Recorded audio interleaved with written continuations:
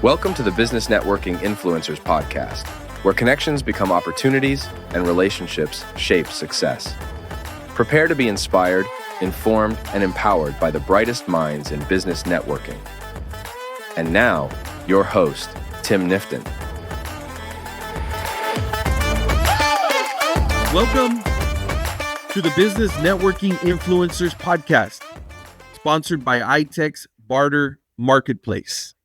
I'm thrilled to be here today with a remarkable entrepreneur who has mastered the art of business networking and entrepreneurship. Joining me in the studio today, Mr. Eduardo Medellin of Infinity Management out of Dallas, Texas, a true influencer in the industry. Mr. Eduardo has built an impressive network and achieved remarkable success. And today we're excited to dive into his insights and his experiences. Before we begin, I want to extend a warm thank you to our podcast sponsor, ITEX Barter Marketplace, and the ITEX Barter representative, Mr. Tim Nifton, who is normally the show host, but I am filling in for him today. And my name is Marco Salinas. But we thank ITEX Barter Marketplace for their support of this episode. And if you're looking to expand your business through innovative barter solutions, visit itex.com to learn more.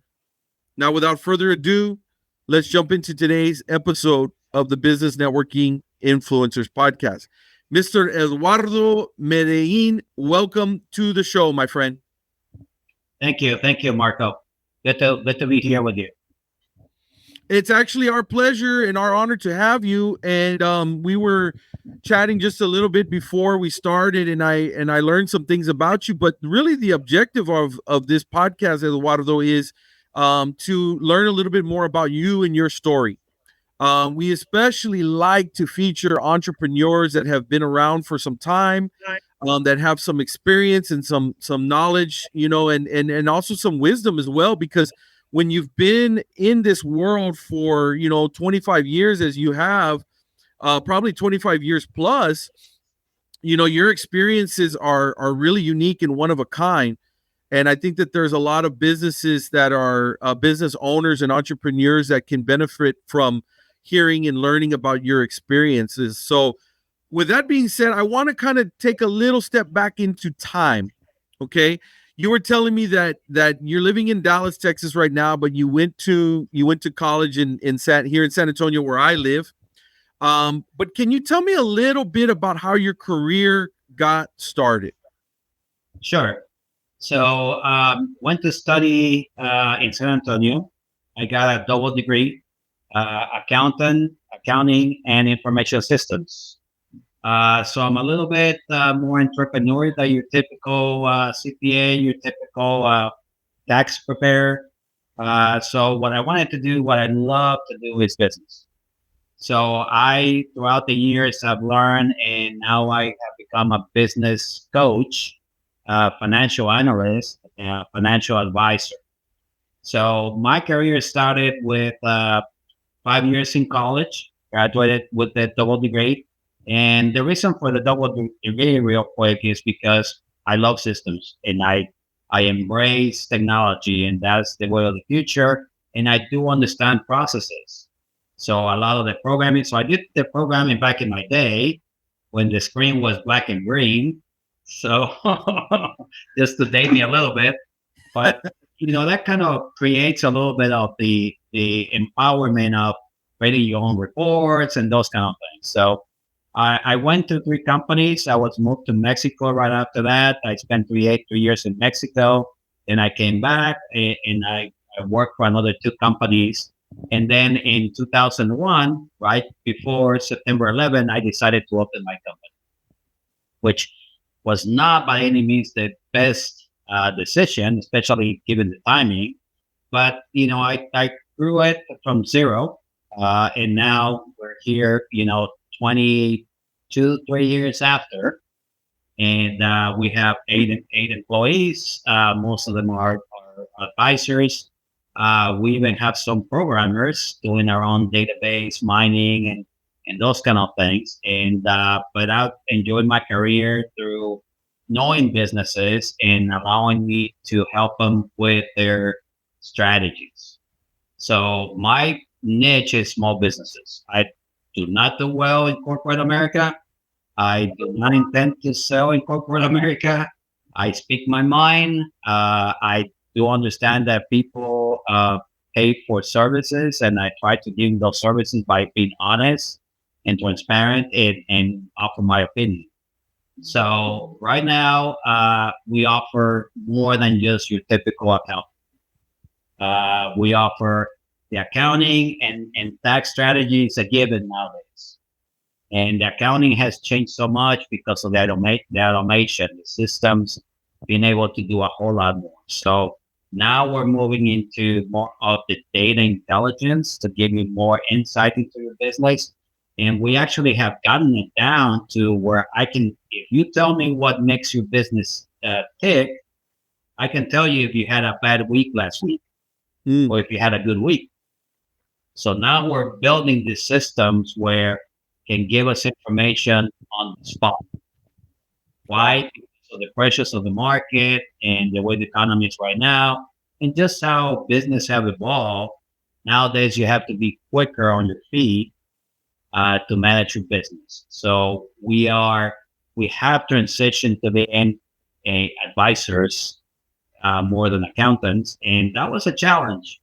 To be honest with you, sometimes my accountant part doesn't let me do a lot of the entrepreneur things that the other side of the brain wants me to.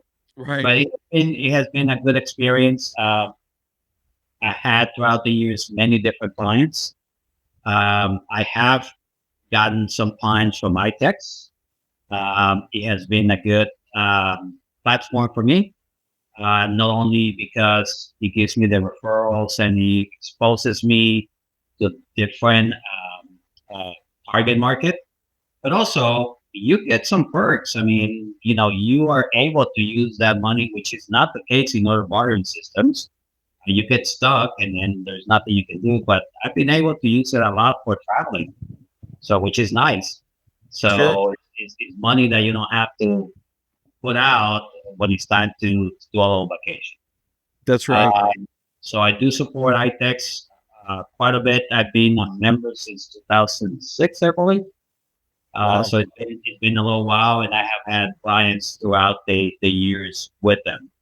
And really, they're just small businesses looking to make it happen, looking for a support team to get all that administration and that accounting going. Sure, sure. Now, can you give us just a real brief idea, Eduardo, of something that somebody could take advantage of through the ITEX marketplace that through your services? My services, you'll get, just what I explained. The accounting is a given, the tax strategy is a given. You will get a lot more support from our services. So if you're looking to grow your business and you are really thriving in it, we can help you a lot because we give you a lot of opinions, a lot of ideas, and more than anything, we give you a picture of your business very often. And Sure. And we also do the typical service where we provide financial statements to you. We found that financial statements are a little bit intimidating to some people. So that's why we have created other reports that are easier to understand. Sure. But if you hire us, the first thing that you're gonna find is that there are no ups and downs. We always work on a fee retainer.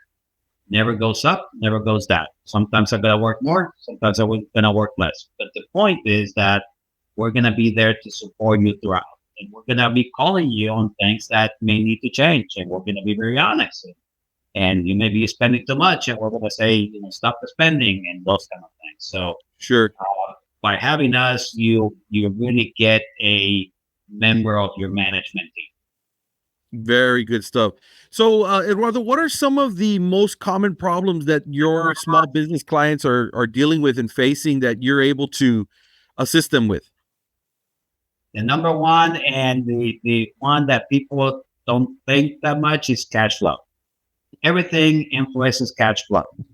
Either your receivables are high, you're giving too many terms, you're not paying, you're not asking for the terms on the payables. So cash flow is that you may have equipment that you decided to buy that now you can give back to the bank and get funds. So like they all saying, cash is king. So the number one problem, cash available when you need it. You have to have liquid money, meaning not tied into anything. So you can grow. And that's the only way that you're going to grow. You're going to have to wait for payment. So the number one issue is cash flow, and it's the hardest for the business owner to articulate because they tend to say this and that and the other. And cash flow even says cost containment, right? Cost reduction. So that's the main issue that we see. And second to that is I'm behind on taxes. So we need to get you out of trouble with the IRS, and then we can move forward. Sure. Sure. Now, how specifically do you help them to solve the problem? Let's say, for example, of cash flow. Is this you implementing your systems and your processes to guide them? How does that work? Can you break that down a little bit? And it depends. I mean, if depending on the size of the company, you may be using some systems like QuickBooks. So we take the information from QuickBooks, we put it into our system, and then the system tells you, hey, we're finding that you're spending too much on this. You're wasting too much money on this. Your payroll is too high compared to the industry. So those are the kind of things how we work with them. But in reality, the tools are the tools, but we adapt to how the business is operating. So we don't change anything at the client's side. We are the ones that we adapt what we have, the tools, to what they have. And we also mentor a lot of the assistants or the administrative assistants or a lot of the people handling the administration how to do better on their job. Got it. Got it. So let's kind of change direction just a little bit. I want to go more into kind of you and your story.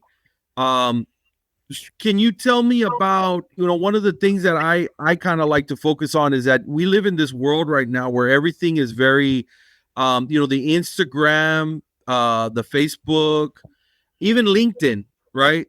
The majority of people are really like to put their best foot forward, and they like to say, this is what I'm working on, and this is what I've been through. And it's all just been so rosy. Everything has just been so perfect, and I'm so wealthy, and there's been no setbacks, and I've got no struggles, and there's no adversity, and it's just like very unrealistic that gets presented to the world, right? And then you find out behind the scenes, everything's on fire back there. Now, maybe not, all the time, right? But there's obviously a lot of things that entrepreneurs have to overcome. This is a significant part of the entrepreneurial journey, is overcoming the difficulties, because this is not a 9-to-5 job for us, right? There's long hours, there's big sacrifices. We're away from the family. We're having to make payroll.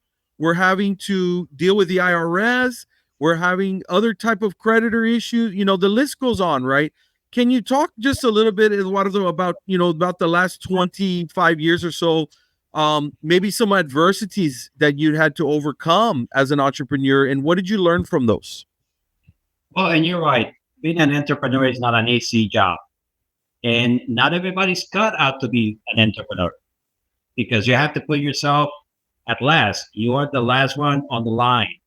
Even though you are making all the money, you're making all the sales, you think that you deserve everything, you don't. You get paid at the end of the story. So if you have $5 and at the end of the story you only have one, you may want to just pay yourself 50 cents and leave the other 50 for the business, because you don't know what's going to happen tomorrow. So no, I was not successful from day one. I don't think anybody is.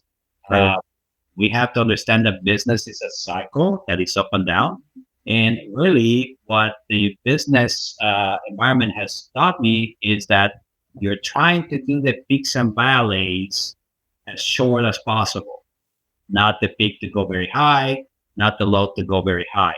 So you want to maintain a neutral kind of status. In order to do that, you have to recognize where you're good at and where you're not. And so, first of all, obviously, I understand, it was my case. I can tell you that, I started my business right before September 11th, which was a bad timing. I just barely got bookkeeping jobs for $10 an hour, but I had to. That's all was available. So you have to be able to say, what do I want to do? And I'll take everything right now. At the beginning, everybody takes everything.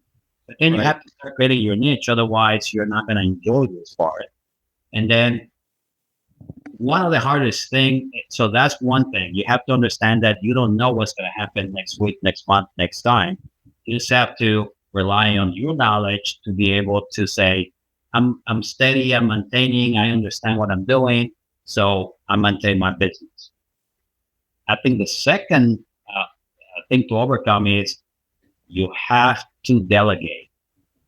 And that's the hardest part, man. Every guy that you want to hire, you want that guy to be like you. And nobody's going to be like you. That's why he's an employee and you're an entrepreneur. So you have to realize that nobody's going to be as good as you. And nobody's going to give the 120% that you give to the company. So you have to understand that, and then you can start staffing. Once you start staffing, then you understand what the business is about.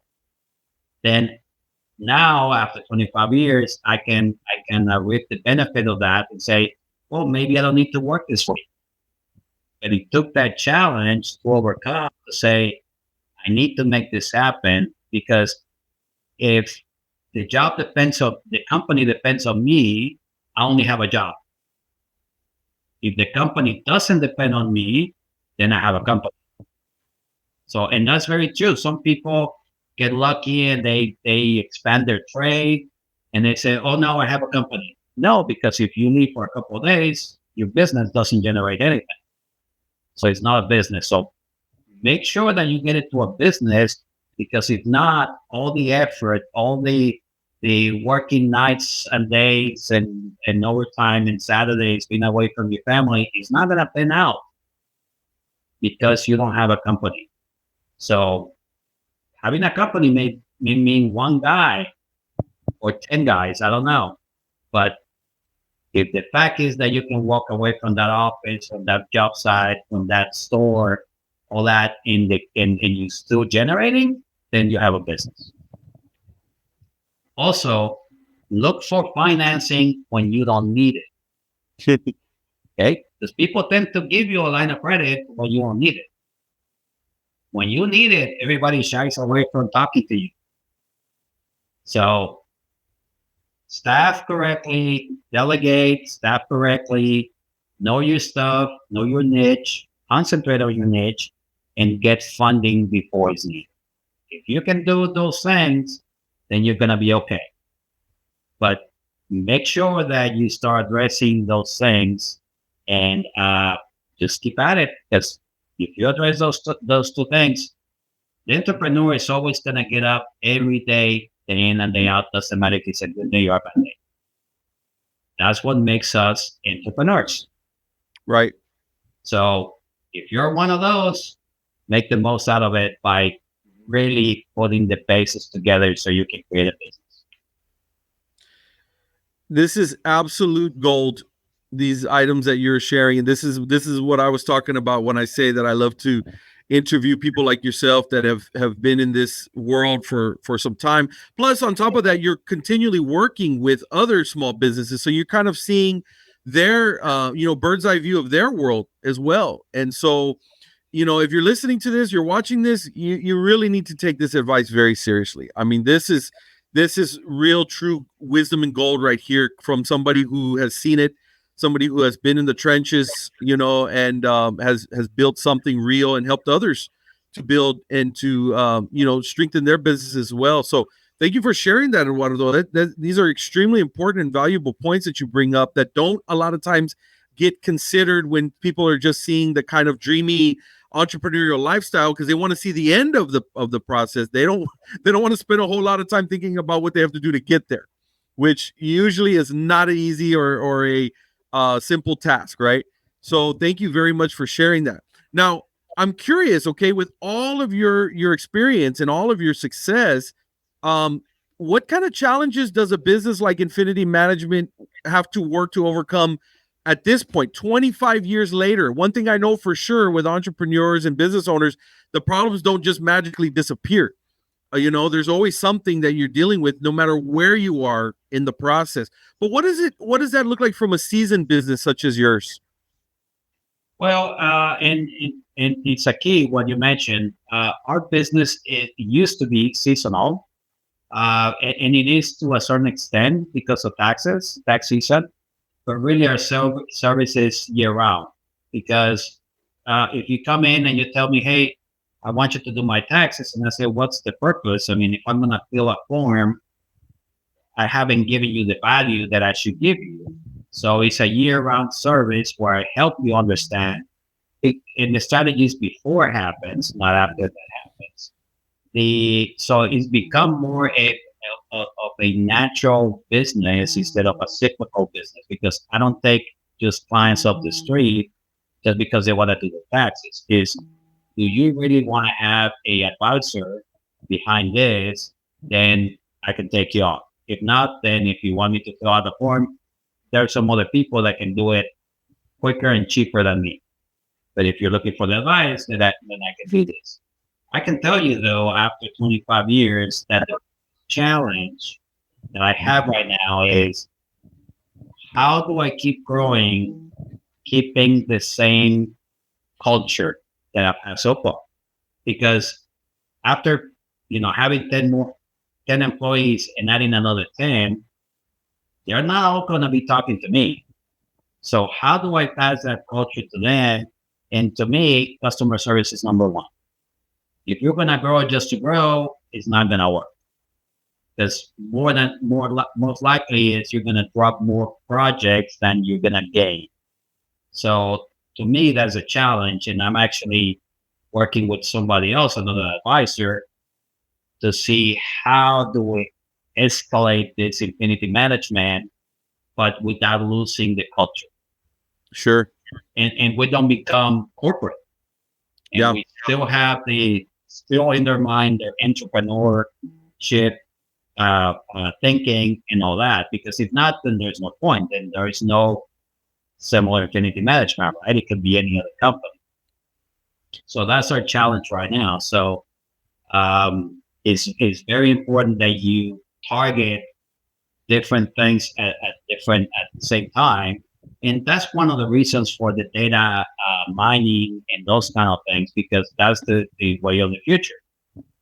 If you cannot predict the numbers that you're going to see, then you don't know your business.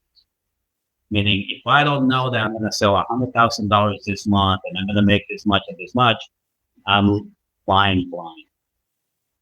So more and more, we're trying to get to that. Just a quick thing that I wanted to get back to on the social media.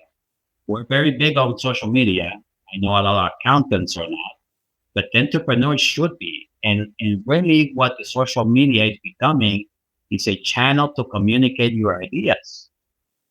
So don't make it, like you say, don't make it rosy. Make it the way it is.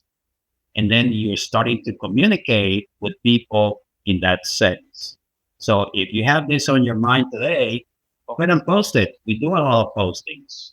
We do generic postings. We do videos. Usually on Tuesdays, we do our video shootings and all that. And we just talk about the topics of what people will be interested. But don't make it rosy. Just put it out there. Yeah. Be honest, be real, be transparent, right? All right. Be yourself. That's right. Now, you also mentioned something that stood out to me, which is that you've been doing this for 25 years. You're an advisor to many businesses. However, you don't consider yourself to be some type of know-it-all in every single solitary category there is within the business. So you yourself have outsourced to other advisors to guide you, to lead you. 25 years into your experience. And that I think is very much worth bringing up because, again, no matter how long we've been running these things, we still need help from other industry partners and industry niches that are, that's all that they do all day long, right? So don't also pretend to think that you have it all figured out. Be humble enough to say, that's not my area. And that's exactly what you did. You were able to outsource the things that you needed help with to be able to continue to leverage and grow your business as well. Right, and it's very true. And we do that with a lot of our clients. I said, hey, they asked me a question. I said, ask all the questions you want. And then they said, well, I heard this, that maybe you can do it this way, but why don't we go and ask the question? Why don't we go and bring the expert? The expert is going to cost you $200 maybe an hour, $250 an hour.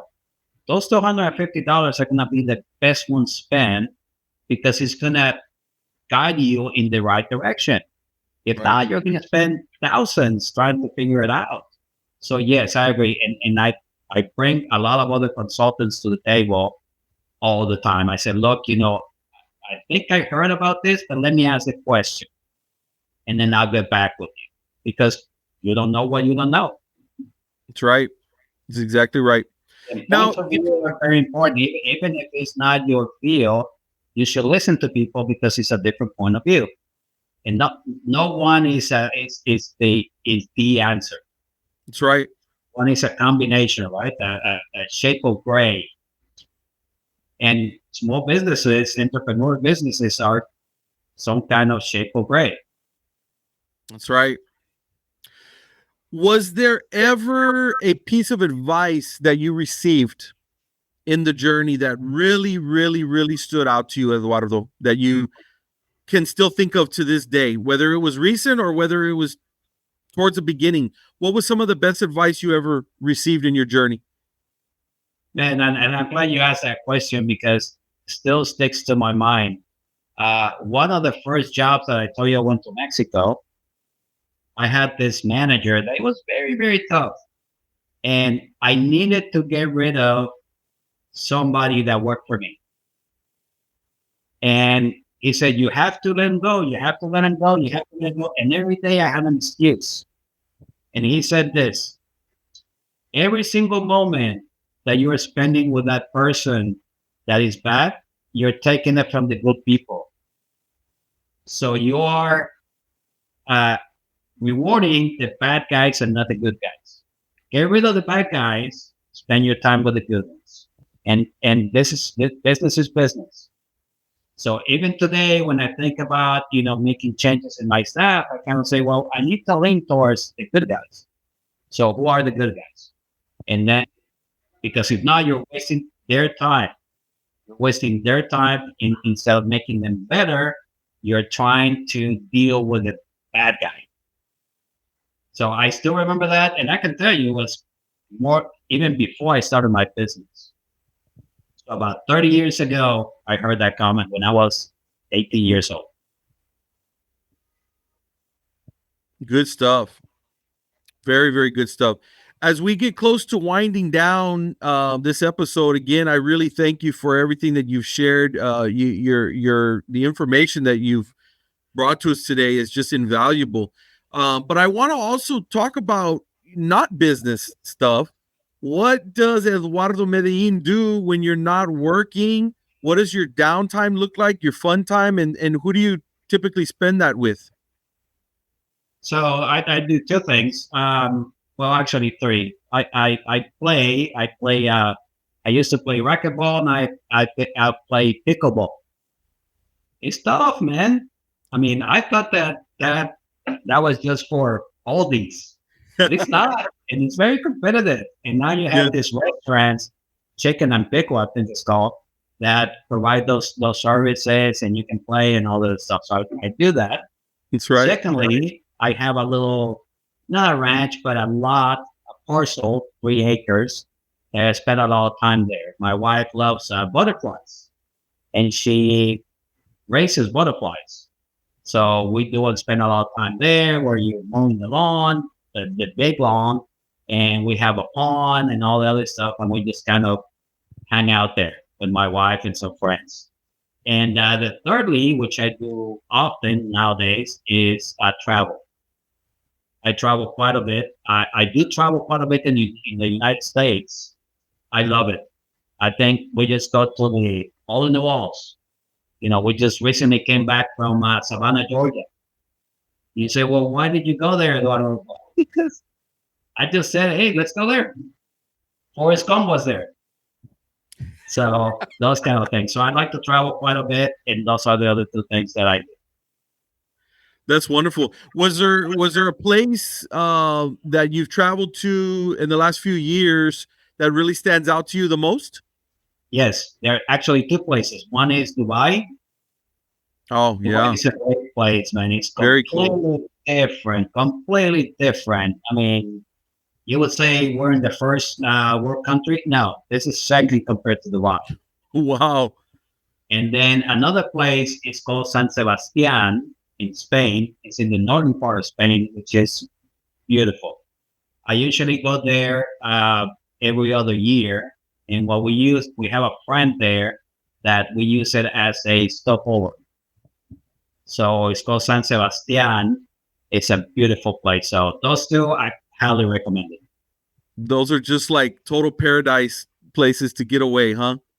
Correct. Beautiful. And you're from originally what part of Mexico? Mexico City. I was born in Mexico City, but for people my age that remember, we moved to Acapulco, which Acapulco used to be the Cancun of the day. So Sure. remember the disco balls? Yes. Oh, yeah. So I was there at that time in the 80s, Ah, 70s, 80s. So that was my type of place. So yes. so that's where I grew up. Wow. That is some cool stuff. Again, Eduardo, thank you so much for your time today. You have a fascinating story, really cool business that you're running here, being able to have the opportunity and the blessing to, help other business owners to get their, their finances in order and get things structured and organized and get that cash flow there, as well to get the IRS off your back. And that's you probably sleep well at night knowing that you help the businesses with these problems. Is that right? Yes, that's very true. So thank you so much again for sharing everything with us. And I'm honored to be able to have the opportunity to spend some time with you and to interview you here today on the BNI podcast. So thank you so much for joining us. Thank you for inviting me. Anytime. Absolutely. All right. Well, that does it for another episode of the Business Networking Influencers Podcast. We will catch you here next time. Adios. Thank you for tuning in to the Business Networking Influencers Podcast. We hope you gained valuable insights and strategies to elevate your business and networking game. Don't forget to subscribe for more episodes filled with expert advice and inspiration. Until next time, keep connecting, keep growing, and keep influencing.